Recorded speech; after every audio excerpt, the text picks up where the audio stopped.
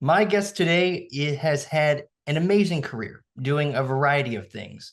She's a public address announcer, play-by-play broadcaster, radio host, actor, and game show contestant, among various other things.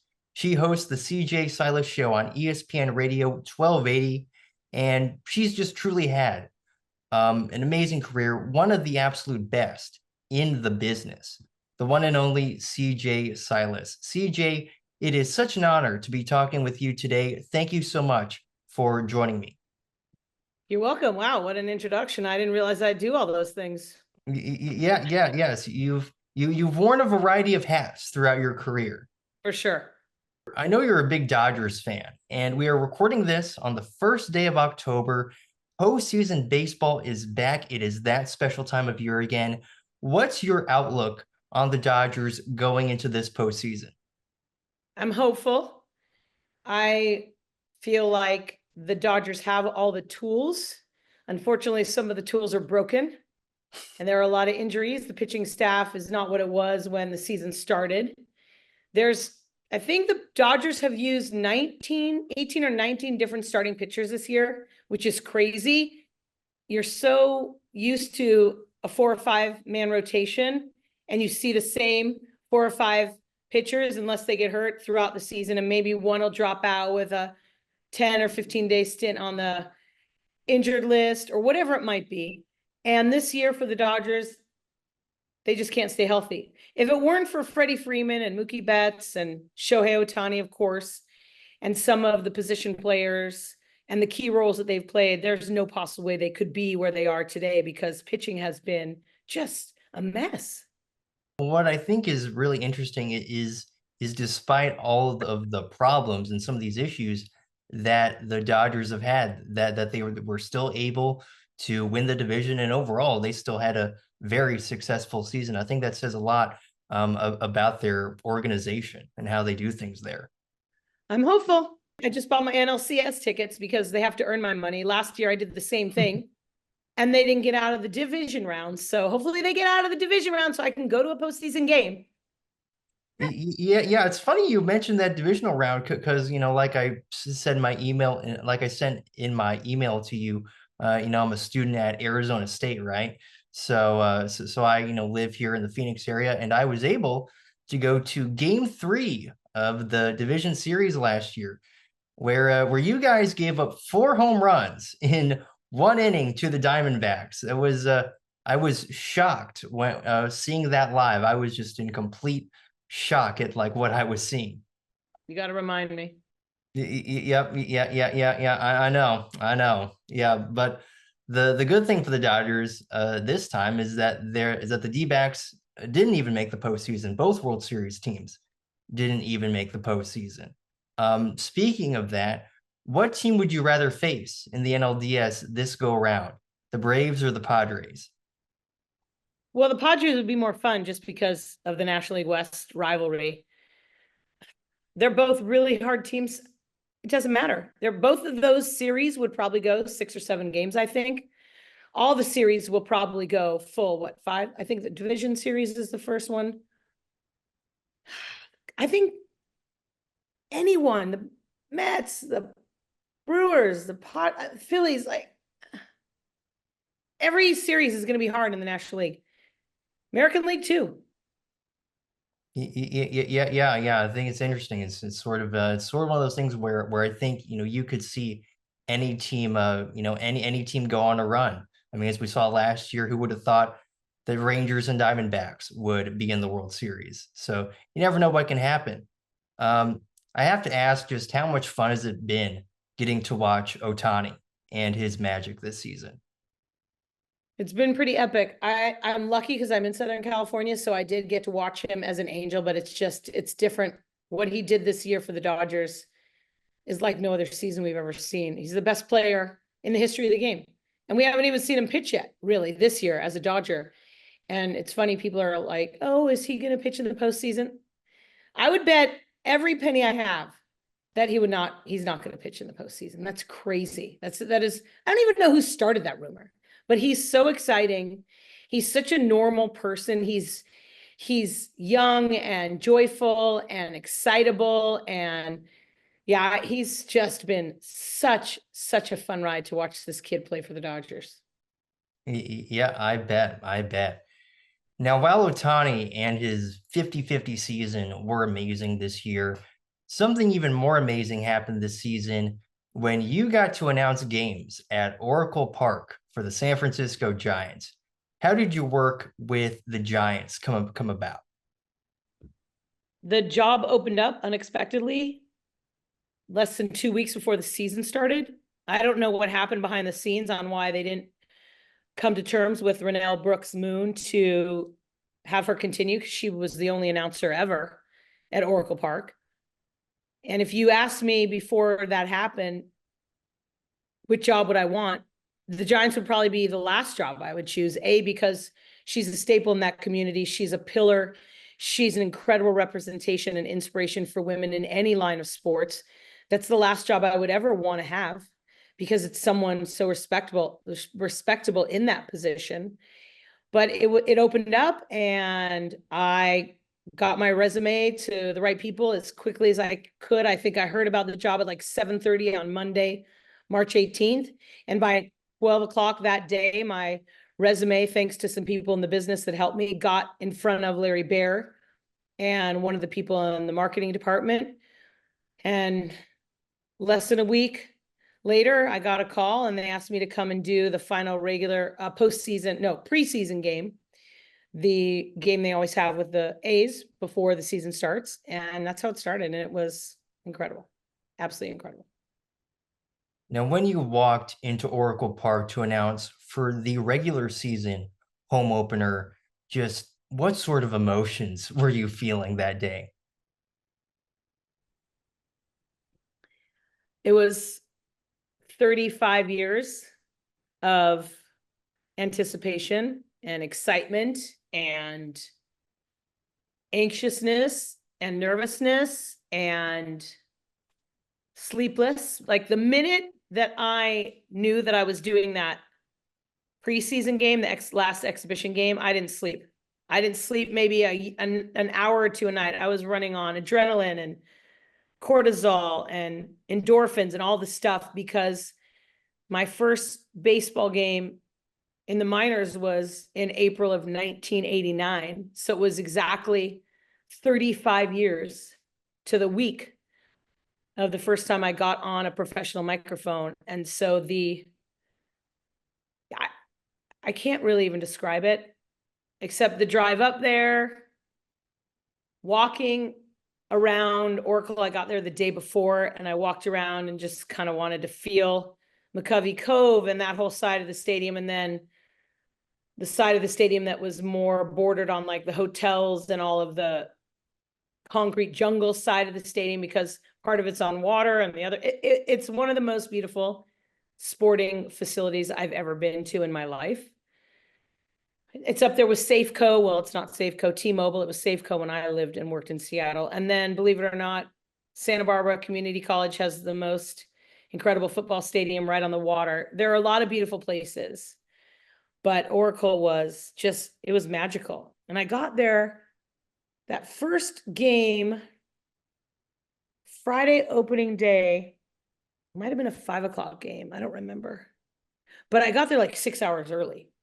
We always arrived 4 hours early, but for opening day, because there was such a big ceremony that the Giants had planned, they had us come there even earlier. And the normal pregame show is about 45 minutes before first pitch, but because it was opening day, it was like 2 hours. So my mic opened 2 hours-ish before the game even started. And it was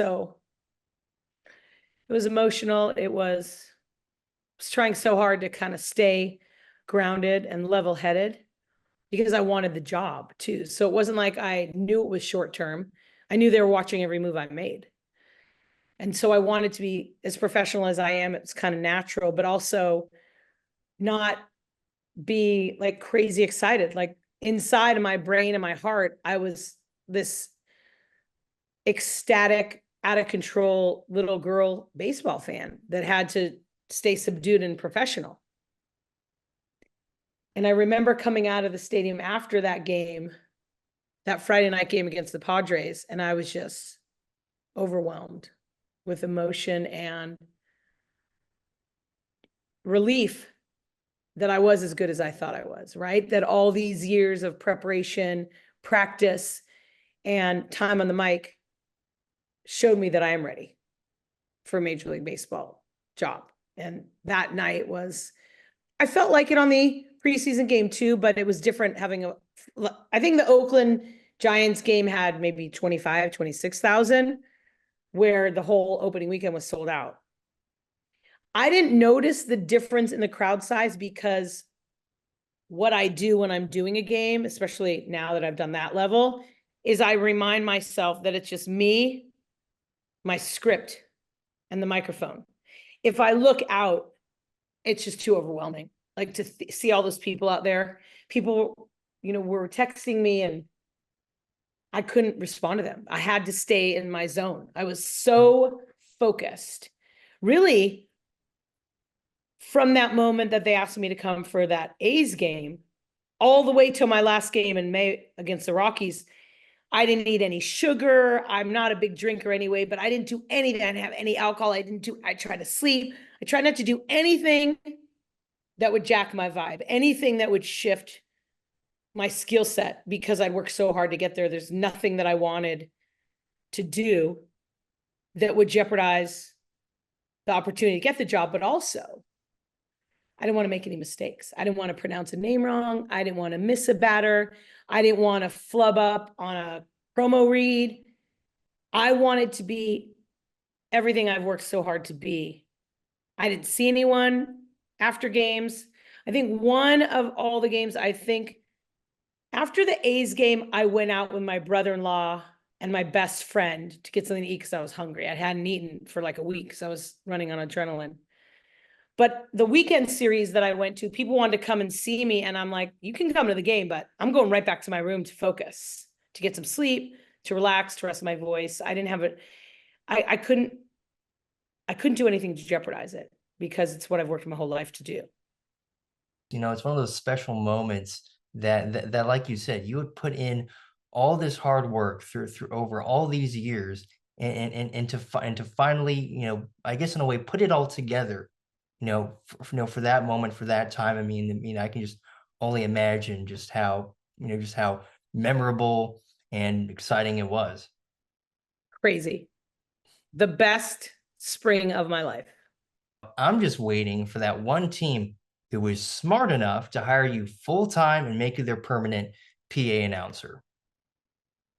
It's going to be a big party. There's a lot of people waiting for that one. Yeah. I don't even know. I don't even know how I'm going to react. Just getting to do those games, but to get to perform that way and then have someone tell me that they want me to do that for them full time. There are only 3 teams in the history of the game that have ever had full-time women public address announcers: the Orioles, the Giants, and the A's. So there's 27 teams that haven't.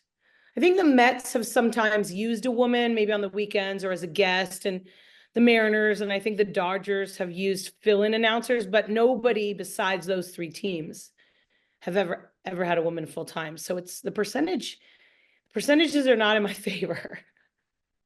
I'm very confident that it will happen. It's going to be awesome.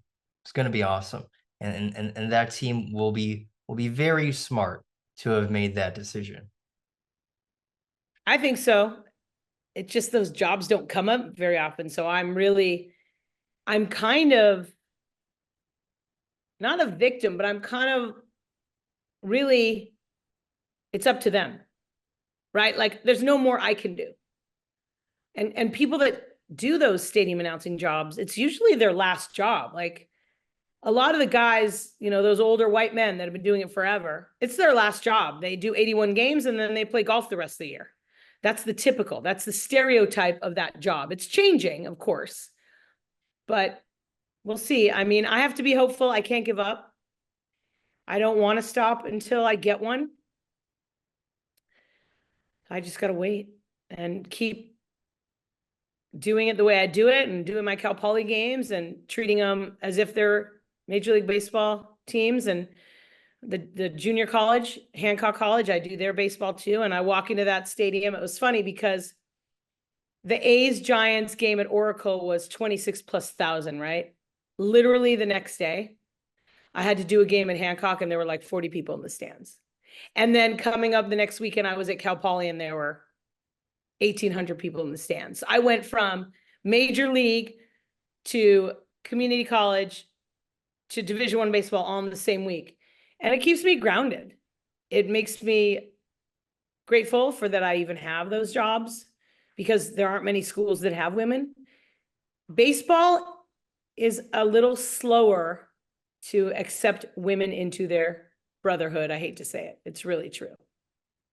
Hearing you talk about how you're going from announcing in front of these big crowds to much smaller crowds.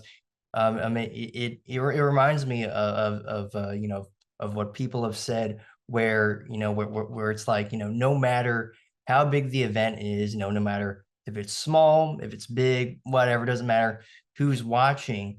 Treat the event like it's the Super Bowl, like it's the World Series, and just go into it with with the same mindset as you would for a big event, even if it's small.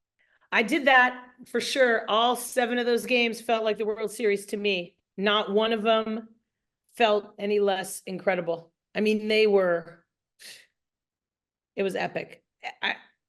I can't even, I sometimes like, was that me? Did I really get to do that? I still feel like it was surreal and remarkable to be in that space. And then when I found out I didn't get it, the disappointment was pretty big too. Like I was saying earlier, when that time comes, when you do get that full-time job, I can just imagine that the high you're going to be on it's going to be insane. It's going to be just It's out of gonna this be world. crazy. Something else that happened this year, it's something that ties back to something that you got to cover and something that you have a personal connection with. This year marked the death of OJ Simpson. And of course, you covered the trial when it was happening, but you also knew Ron Goldman. You and him played on the same restaurant softball team. So looking back all these years later and having a personal connection to what happened, just what are your thoughts on those events and how they have affected you? Well, it's kind of a weird thing that happened to me, right? I'm trying to learn how to be a journalist and I'm covering a story that's not really a sports story, but because it's an athlete in the news, it was a story that turned into a sports story, even though it was a news story. And when I went to Syracuse, we were taught how to do news. There weren't many professors when I was in college that let us focus on sports at Syracuse. Now they do, 30 years later. So there are kids in college at certain schools around the country that can do sports focused stories and coverage and learn their journalism that way. We couldn't. So I was lucky that I had that experience in Syracuse, learning how to become a news reporter, because really every story you cover it the same way. You talk about the who, the what, the where, the why, and the how. That's how you give information when it comes to print journalism, broadcast journalism, radio journalism, all of it. So I knew how to be a journalist, but because the personal part came in as well, that brought in an emotional component that nobody can teach you how to deal with. It made it more difficult, but it also kept me more aware and involved because I had a stake in it and I wanted to see him get convicted for the murders. Really, think about it. If it wasn't him, why have we never found another suspect? It's just, if you follow the whole story, even if you watch the trial again with silly gloves and all the dumb stuff that happened, I don't know enough about the legal system to decide whether it was the prosecutors or the defense. Did the defense do a bad job? Did the prosecutors do a good job? I don't know. But I know that OJ Simpson killed those 2 people. And I've been living with that for a really long time, and there's nothing I could do about it because it's always alleged. When he went to jail later for something that happened in Las Vegas, he'd also had the civic suit that was ruled against him. We know that he did it. And he always found a way to become the victim. That made it harder to have any compassion, though I try as a human on the planet to think, well, there's good in every people, right? Every person, they didn't come out of the womb bad. They weren't a 4-year-old that was a bad human. It comes over time. So I always try to give people the benefit of the doubt when it comes to their bad side balancing out with their good side. It was hard for me to not be pessimistic and cynical around him and his story, just because of the type of person that he was. So when he died, it wasn't like I was happy that he died. But for me, him dying was kind of a resolution in the story, with a story that was never really completely told and the truth never really came out. Had he had remorse, had he maybe later admitted that he did it, would it be different? I don't know. But for me, it was a little bit of a resolution, but it wasn't that I was happy. I mean, he had children. He had people that loved him. You don't want pain. It wasn't their fault that what happened on that night in Brentwood.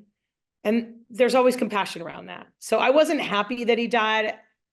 I wasn't relieved that he died, but there was some personal resolution for me because the story won't probably come up as often as it did while he was alive, maybe.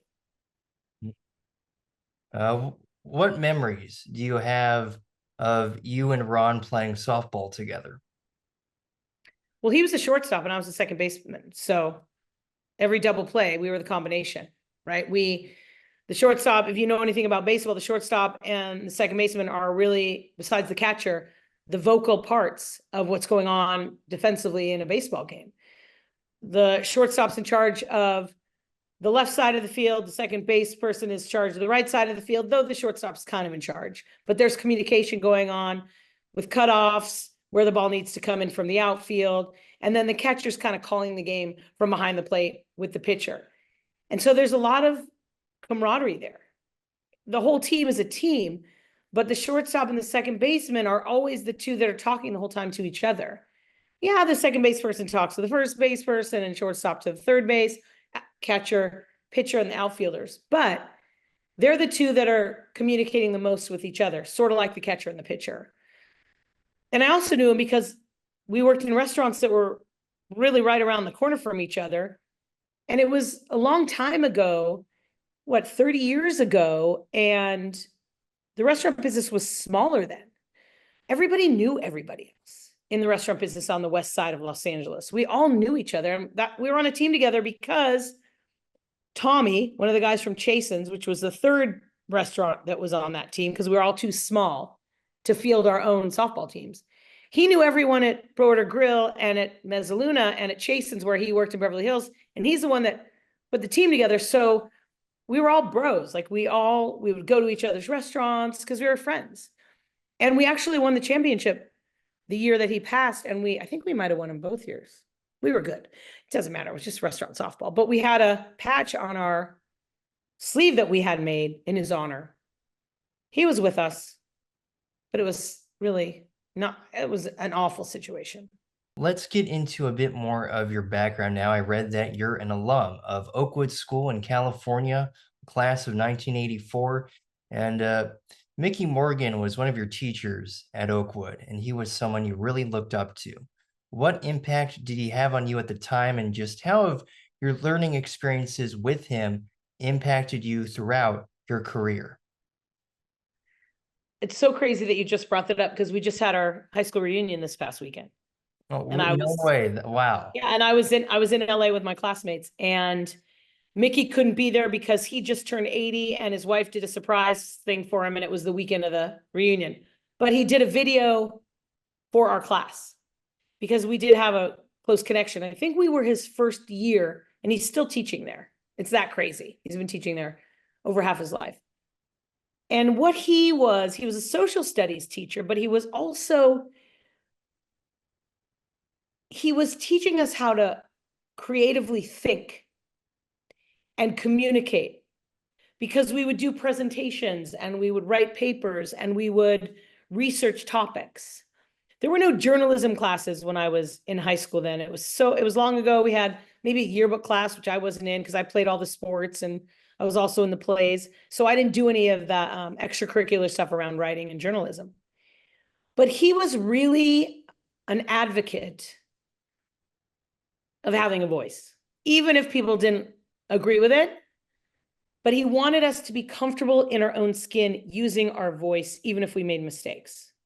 And I would say if you talk to a kid that's at Oakwood right now, who's his student, they would probably say the same thing. Be who you are, be yourself, but always know that the information you are talking about, writing about, or broadcasting about is correct. Check your facts.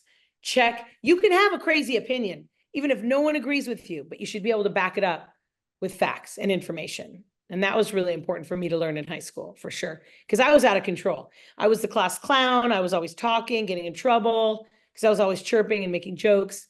But he really let that personality come through for me and help me kind of control it a little more respectfully, because I was only 16, 17, 18 at the time.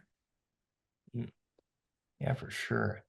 I saw that earlier this year you spoke at a banquet for Oakwood Athletics, and I just think it's awesome that you're still involved with the Oakwood community, still, still out there doing stuff. It's great.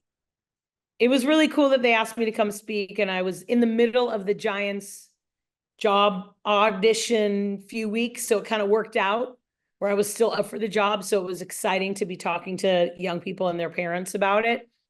But it was also important to portray how important athletics is in a kid's life. I played every sport. I lettered in 4 sports. And you learn so much that you can use in the world. I think even the worst athletes should be forced to play a sport and be on a team sport at every age. You learn about goal setting. You learn about teamwork, success, failure, how to pick someone up when they're falling, how to allow someone else to pick you up when you're falling. There's weakness and strength. And what a team does is it builds this cohesiveness in a group that is out for the same thing. You don't have to like everyone, but you got to be respectful and have their back, even in the worst situation. You don't always like your teammates. And sports gives you all the skills you need, all of them, to go out and be successful. And that's what we talked about at the banquet that I spoke in the spring. It was really fun and cool. Hopefully I'll do more of that stuff. Yeah, for sure. I really like what you just said, because sports can, it can really, it can really, can really teach you valuable life lessons that you can use throughout, throughout your life, throughout your daily life, working, just even a 9-to-5 job, right? I mean, sports can teach you those lessons that you can use forever and ever. Managing your emotions, managing your mental health. If you make a mistake and you cost the team the game, you got to learn how to shake that off and come back the next day and play again. Or if you're having a conflict with another player or someone on the opposition, how high and heated do you want to get when you have all this team atmosphere, all these people relying on you not to lose your cool? And also, I've always learned, don't use your anger and frustration verbally and with your heart in sports. If you're angry, kick it out. If you're angry, hit it out. If you're angry, throw it out. If you're angry, do better to prove that those kind of mistakes aren't going to happen again. Sports it's the place to learn so many different lessons that you can take with you in every part of your life. Yeah, absolutely. You are a graduate of Syracuse at the famous and prestigious Newhouse School of Journalism. Of course, great school to go to for sports broadcasting. But before then, you were actually at USC for a year as a BFA major, and you ran track. So I know it was a brief time, But what memories stick out to you from your time at USC? That I was not as fast as I was in high school. I learned how to come in last. I was really good at being the last one across the finish line.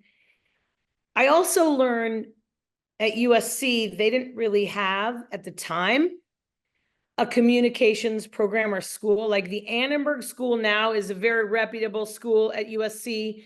There are a lot of hands-on things you can do, but in the 80s, Syracuse was already ahead. They already had radio stations on campus and TV stations on campus, places that you could get a hands-on experience where USC didn't.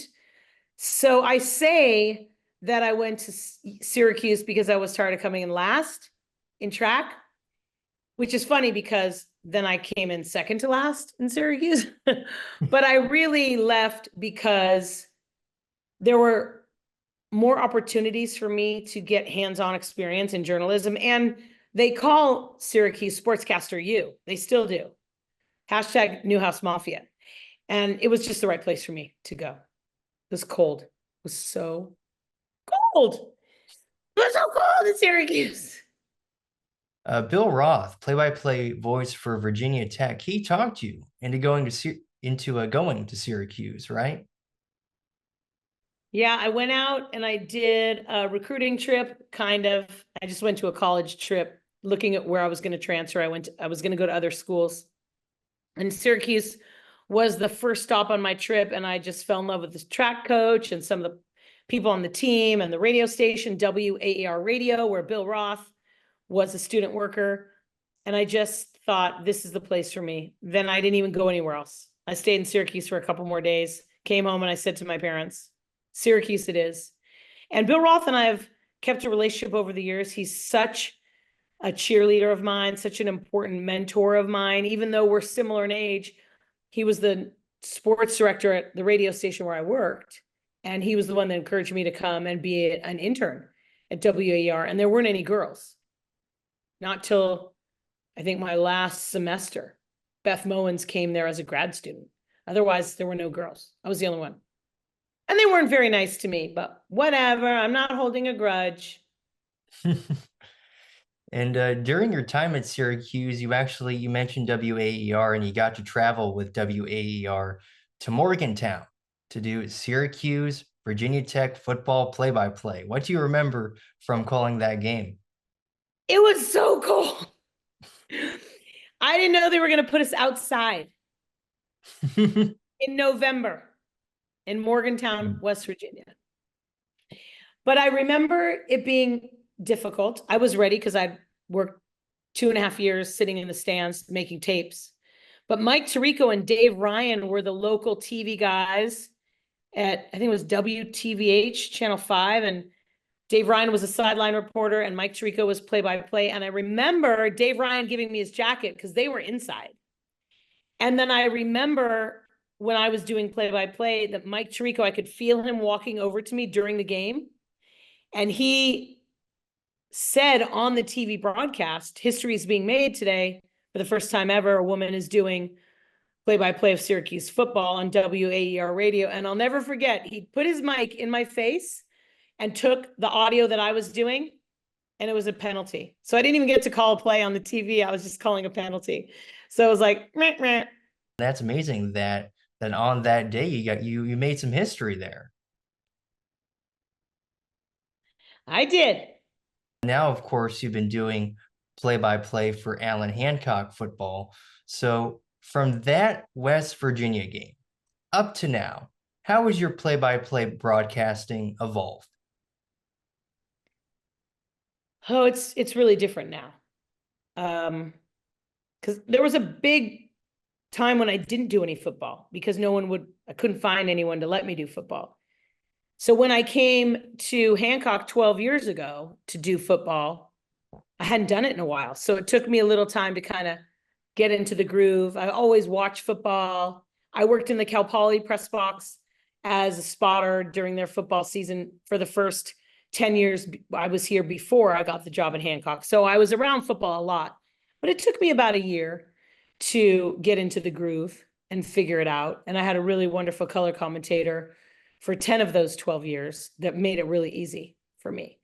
And it's interesting though, because I love doing football, but football play-by-play is so different than baseball stadium announcing because there's so much prep, hours and hours of prep for football to get the names and the numbers and the depth chart. I learned how to make a depth chart when I was at Syracuse, and it's really, it's a lot of information.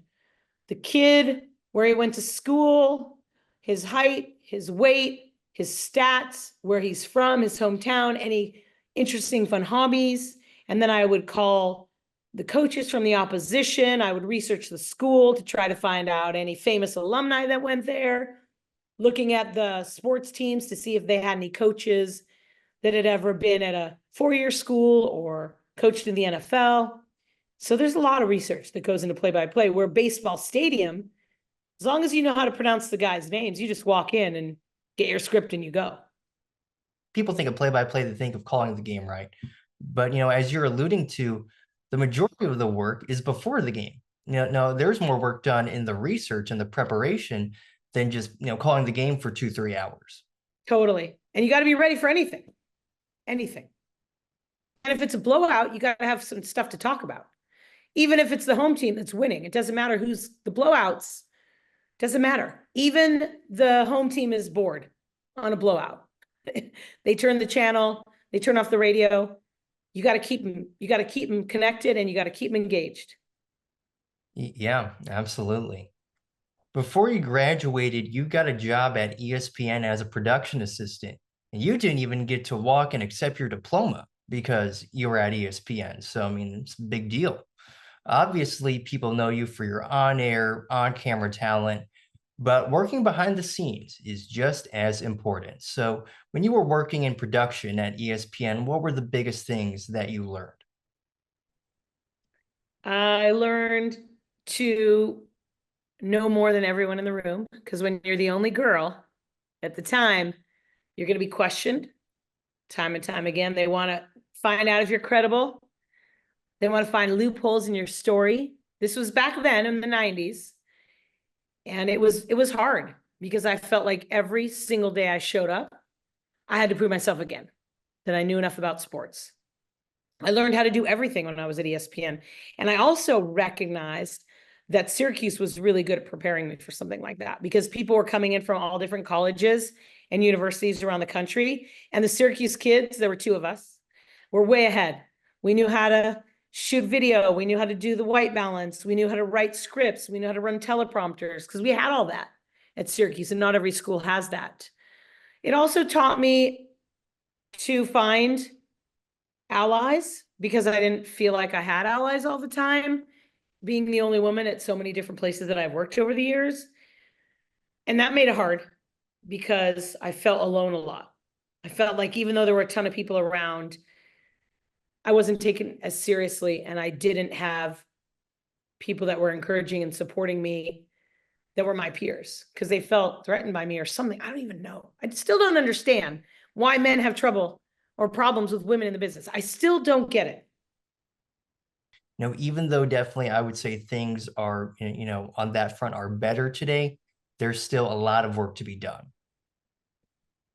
Especially in radio, because it's a little bit slower to evolve.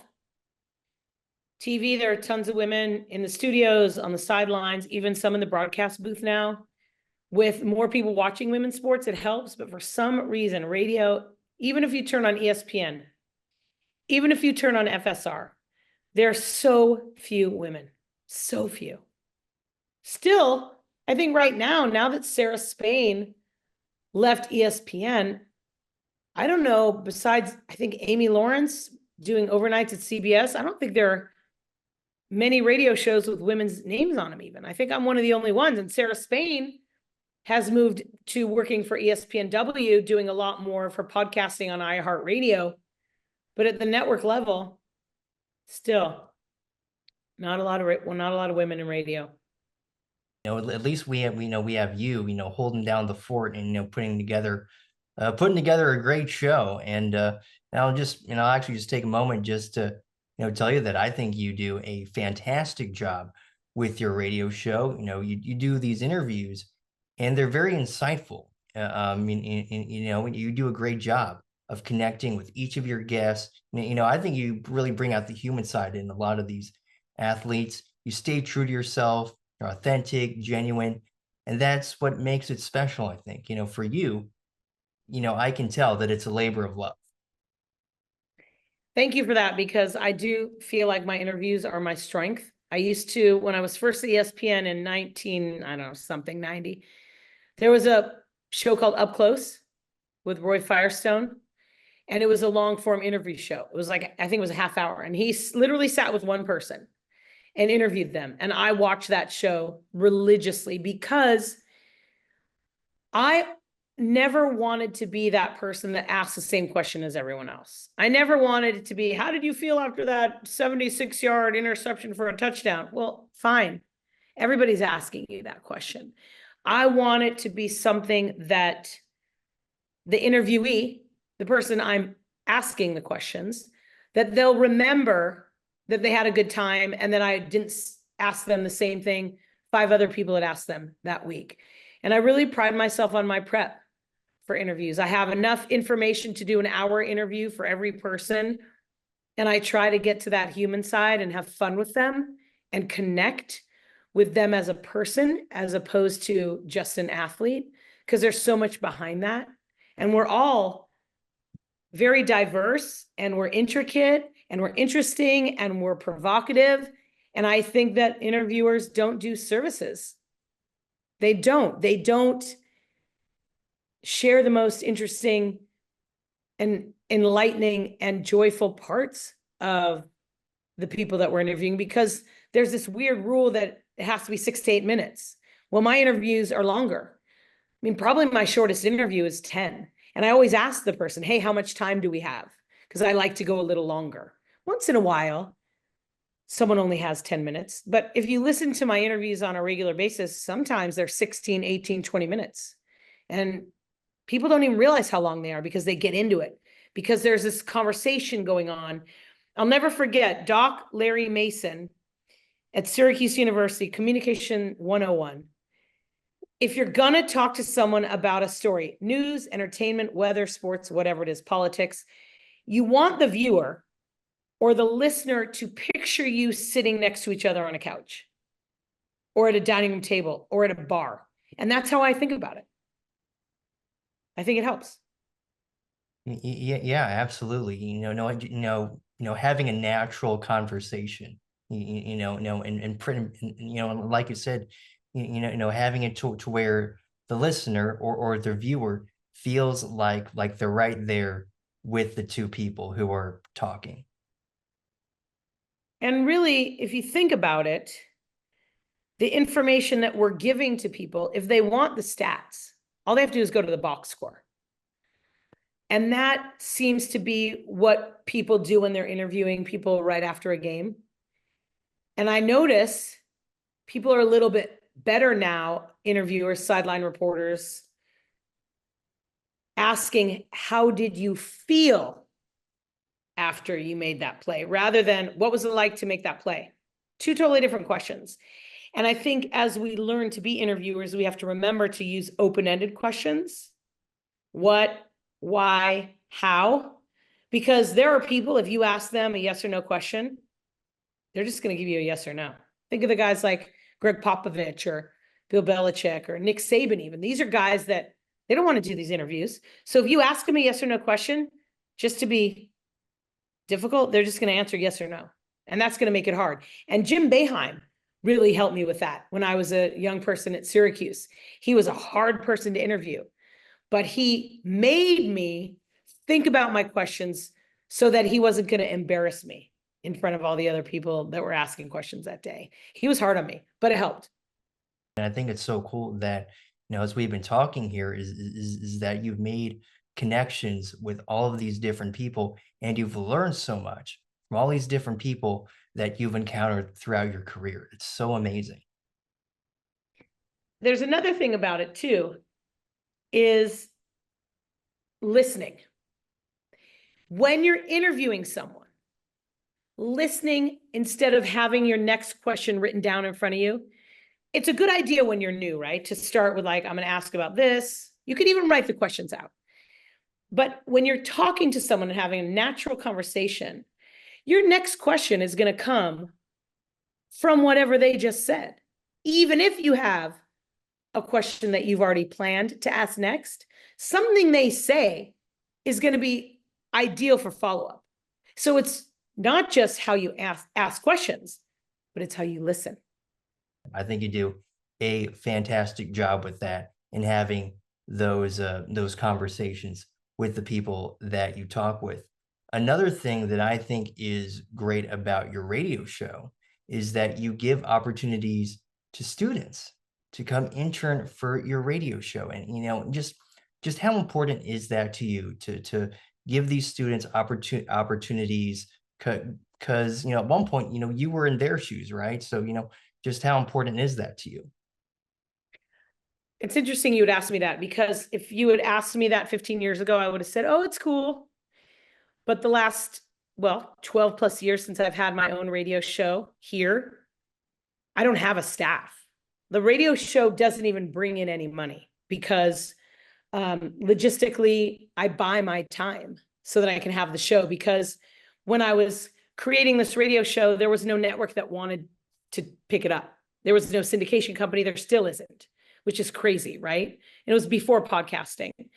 And so the only way that I could get help was to find interns like I did in Syracuse, find interns to want to come and work on the show. And I didn't really think about how significant it was going to be when I started. I had one for maybe like the first 5 years. I had one, and then I had another one, and then I had another one.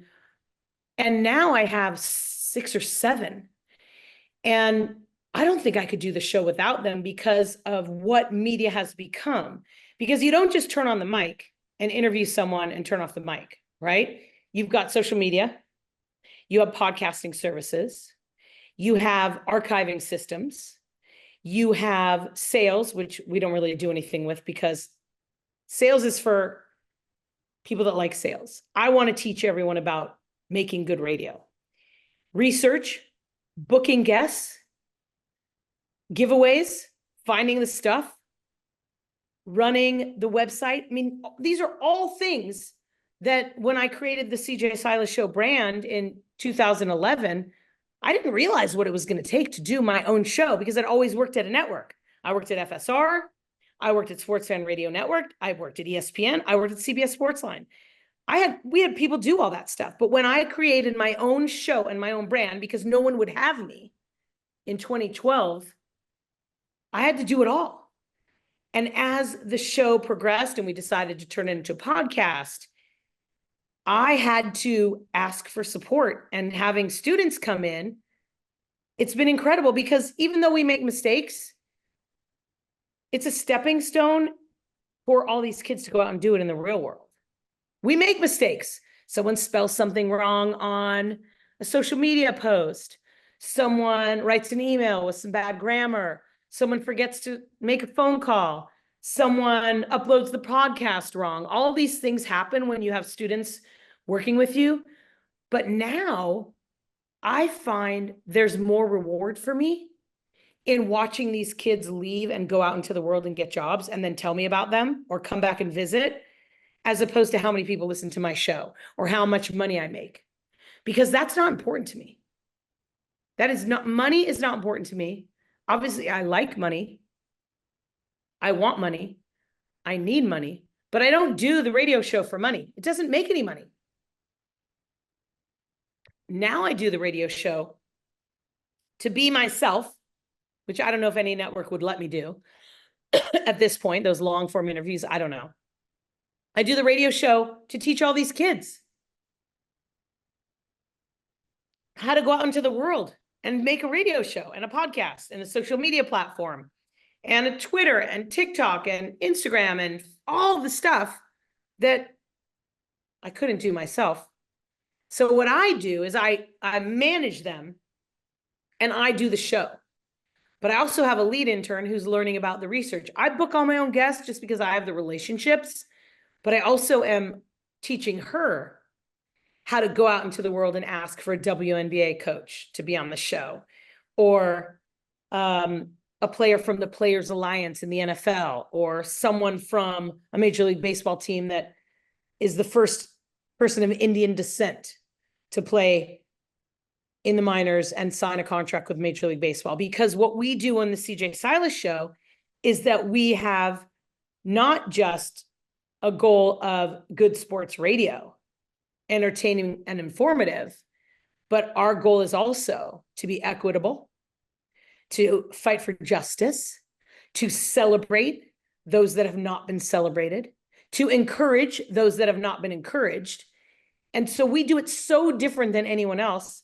It would be a risk, progressive, and pretty provocative for a network to pick up a show like mine. Because we do a Brown and Black history segment on the show every week that celebrates people of color that have never been recognized in sports, in music, in the arts, in STEM, in equity, in civil rights. No one else is doing that. But we don't do it to be the one that no one else is. We do it to use the platform and our voice to be something in this world, to help movement forward, to accept, honor, and learn about underserved communities, to recognize Indigenous peoples, the Black and brown people that built this country with no reward. All of those things that are so important to the foundation of who we are as people, and accepting them into our world for who they are, rather than asking them to assimilate to who we are. That's so important to our team that the entertaining radio and the topics of sports sometimes are not as important. And that's a turnoff to some people. It's very provocative, and it's a risk that I'm willing to take, because I have a voice and I have a platform that no one else has, very few people, and I'm not going to waste it on talking about a story that's super boring, like over and over again, the repetitive Aaron Rodgers and the Jets, and how does he get along with the head coach? That's a great story for like 5 minutes. But if you listen to any other sports talk shows in the country, they're hitting that 3-4 times an hour. That's exhausting. It's not that entertaining. So we do it different. And that's what this team is. And that's what being a leader for young people is to me, is not just teaching them how to make great radio and do social media posts and learn how to upload a podcast and learn how to research a topic and prep for an interview and book guests. But what are you going to go out and do on the planet to be something and mean something to the community that you live in? Yeah, absolutely. You talk you talk about incorporating these different aspects into into your show, like social justice. What was the process like for you? When you're developing the show and you're adding in all these different unique topics to make your show interesting. It's always been part of who I am, because I have this spirit guide, Jackie Robinson, who I learned about when I was little. So I knew his story, and I knew that he was one of a lot of very talented baseball players that weren't allowed to play in the white majors. And I knew that story, and I didn't like it. And I wanted to be the first woman to play in the majors as a kid. That's really what I wanted. But I wasn't allowed to play with the boys after a certain level of little league. So I knew what discrimination was pretty quickly in my life. Like by the time I was like 10. So I always kind of had that. And I have this mom, my mother, growing up in LA, we had kids come in and they were bussed in from the inner cities to our school when we were in elementary school. And my mom was really involved in that. So I think that's where it started as a human. But then when it really started hitting me was Hurricane Katrina, which was years ago in New Orleans, Louisiana, Mississippi, Alabama. But I went to New Orleans as a Red Cross volunteer, and I saw how people of color were being treated in the biggest disaster our country had ever faced. And they were forgotten and disrespected and demeaned and belittled. When I came back from Hurricane Katrina, my whole perspective changed on what kind of sports radio I wanted to do. Because even though a USC UCLA game in the Pac-12 was really important, or a big SEC showdown week 5 of the season. It was really important to sports radio. But I realized coming back from Katrina that there were more things that the humans in sports radio were forgetting and not noticing and not recognizing and not talking about. So I came back with this new idea of still doing all the sports stuff, but talking about some of the things that were going on off the field as well that mattered to people in sports, even though it wasn't sports. So Katrina affected me. 9/11 affected me a little bit when the Yankees played in that World Series, and that touched me because of what happened to our country then. But I would say the biggest shift for me was when George Floyd was murdered. And everybody got to watch it. The Ray Rice video in the elevator was pretty significant because those kind of things have been happening in sports for a long time. We just didn't have it on video. So the Ray Rice thing in the video with his girlfriend or wife was pretty intense for me and made me realize there are things in sports that sports journalists are uncomfortable with, so they're not talking about it, when that's exactly why we should talk about it, because it's uncomfortable and a lot of people are uncomfortable. So why not recognize the discomfort and kind of brainstorm on it together rather than pretend it's not happening? And then when George Floyd got murdered, that was it. It was just like, okay, I'm done. I have to do something more. I can't just sit here and talk about, game scores and interview players in games and coaches and not recognize that there were other things going on around the world that sometimes involve sports people. When the WNBA, which was one of the first leagues to really stand up for equal rights, and then the NBA pretty quickly after, I knew that something was finally happening. And Colin Kaepernick, that guy's a hero. And if you do any research on what he did to decide to kneel, then you would know that. But if you just see it as what it is because of the color of his skin and the way his hair is, you're not being responsible to the world and all the people around you that are in this on this planet, in this world, because we're all very different and we can recognize our differences and accept our differences. We can't ignore that people aren't treated equally, whether it's women, people of color, people in LGBTQIA+, whatever it is. And after George Floyd, I was like, you know what? I got nothing to lose. I got nothing to lose. I got this radio show. I do my baseball. I do my football. No syndication companies calling me.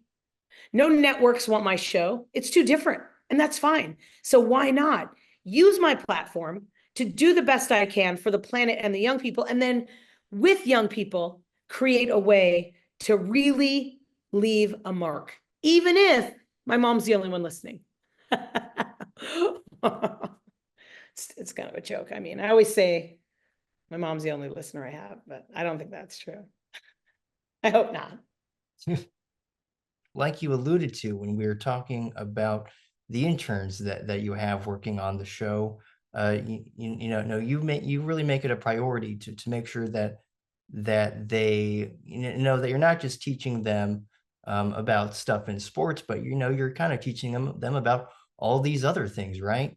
And obviously, it seems like your interns are learning a lot from you throughout their experience working with you. But have there been any times where perhaps you've learned from your interns? Yeah, I would say for sure. I would say they've taught me a lot about social media because it's not my jam. I wish I didn't have to be on it. It's so evil out there. People are so angry. They're so mad. They're so mean. They're disrespectful. They're thoughtless. They're hiding behind keyboards. I mean, social media is the hardest part of our job because of what we deal with. And the interns have taught me about TikTok, and we broke up with Twitter. We don't use Twitter. We look at it and we have an account, but we don't post there. We don't think we don't want to give Twitter anything. We don't think it's honorable. We don't think it's helpful. We think it's mean and nasty. We have a page, but we never post on it because it's like our own little protest. And they taught me about that, to keep it, but just use it for information. Because the truth is, in disaster or It's a good place to get really quick information, but they also taught me about stories and TikTok, and they've created this YouTube channel. There's so much that I wouldn't be doing and I couldn't do by myself, but I wouldn't know how to do if I didn't have this crew of young people. And some of them have come in with zero sports knowledge, zero. And they're learning it and they're finding ways to figure it out if they don't know something. We always say check everything 3 or 4 times. And if you're not sure, ask, because we don't want to post anything we're not sure is factual. And so they're learning about conferences and divisions and alignment and things that change in postseason, where one series is 5 games and one series is 7, and wild cards, like all the stuff they didn't know about sports, they learn. And then they offer me so much information about how young people read their media, watch their media, see their media, listen to their media. I couldn't do it without them. I mean, I could do it, but it would just be me talking at it wouldn't have as many tastes and sounds and colors and components if I didn't have this staff of kids. Yeah, yeah, absolutely. And then just, just staying with that, for just staying with that just a little bit longer. Just overall, what does it mean to you to be able to give these kids, opportunities to learn, and gain experience and really just make a positive impact on their lives? It's really hard to answer that question because it's the reward comes when they come to San Luis Obispo for a minute and they want to come see me, or they send me a message because they need a referral, like they need a reference letter, or they make a comment on social media during a time when I'm auditioning for a Major League Baseball job and rooting for me, and then also standing up for themselves and what they believe in, and then not being afraid to make a mistake. And also the most important thing is, I say, be the most prepared person in the room. Always. You might not be the smartest person in the room, but you should always be the most prepared for anything. Now, as I mentioned in the beginning of our conversation, I'm really excited to ask about this. You have some acting experience. You played Laura Mackey in Fame, the TV show based on the movie. How did that role come about? It was so long ago. It was so long ago. I was a kid. I was 20 years old. I just thought I wanted to be an actress, and I was at USC with all these people that want to be actors. And I thought if I could be an actress, then somehow sports broadcasting would accept me. And I tried it for like 3 years, and it just wasn't for me. It was fun, but I was never pretty enough or skinny enough. I mean, I went on auditions and I look around the room and I'm like, please. Hollywood is so, yes, it's about talent, but it's also so much about how you look. And when I stopped doing it, it was really just because it wasn't the right business for me. It was just too catty and too superficial and exterior. It wasn't really about how smart you were or what you had to say. It was more about what you look like. And if you fit an idea in some producer or director's head, it was fun. Don't get me wrong. It was super fun. And I made a lot of money, but only for a few years. I got out. And if someone called me now and wanted me to do like play a sportscaster, or I would do it. But I mean, I'm still in the union. I'm still in the Screen Actors Guild because it matters to me. And I have a little bit of retirement that I'll get. But it's a hard world. And it just wasn't for me. I mean, I was 20. I was 20 years old. So long ago. Well, it's something cool to, have on Yeah. your resume, something, Yeah. you did that, you got I to, know. it's pretty cool. I'm much more proud of roller derby, playing roller derby for all these years. Yeah, yeah. 18 years. Dodge Her Blue, right? Yep. How did you first start playing that? How did that start? I was a skater. I was always a skater. Even as a kid, I always skated, starting at like 10 or something. Skating in our garage, in our condo complex with my brothers and sister, and just stuck with me. And then I was in this town where I live, San Luis Obispo, and I heard about roller derby from a bartender friend of mine named Sugar Puss. And I got into it, and I got really into it. And it's the best. It's so fun. And it gets out all your aggression.